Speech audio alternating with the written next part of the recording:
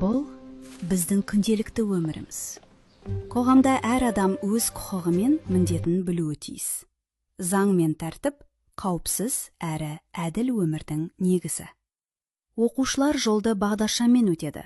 Қоғамдық орында тәртіп сақтайды. Бірақ бір күні мектеп маңында екі оқушы бағдаршамның қызыл түсіне өтіп, біреуі қоқысты жерге тастап кетеді.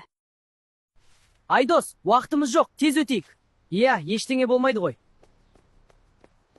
Ереже бұзу өзімізге де, өзгеге де қауіпті. Тоқтаңдар, бұл дұрыс емес.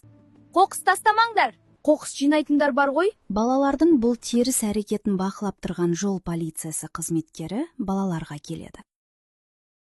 Жол ережесі әр адам үшін маңызды. Қауіпсіздік заңы. Әрбір оқушы жолда мұқият болып, ережелерді сақтауы керек. Жол ережесі өмірді қорғайды. Жол ережесін сақтау керек. Түсіндік. Рахмет.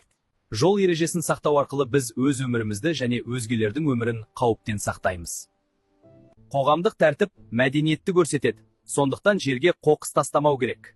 Қоқысты жерге тастамау, өзгелерге кедергі жасамау әр оқушының міндеті.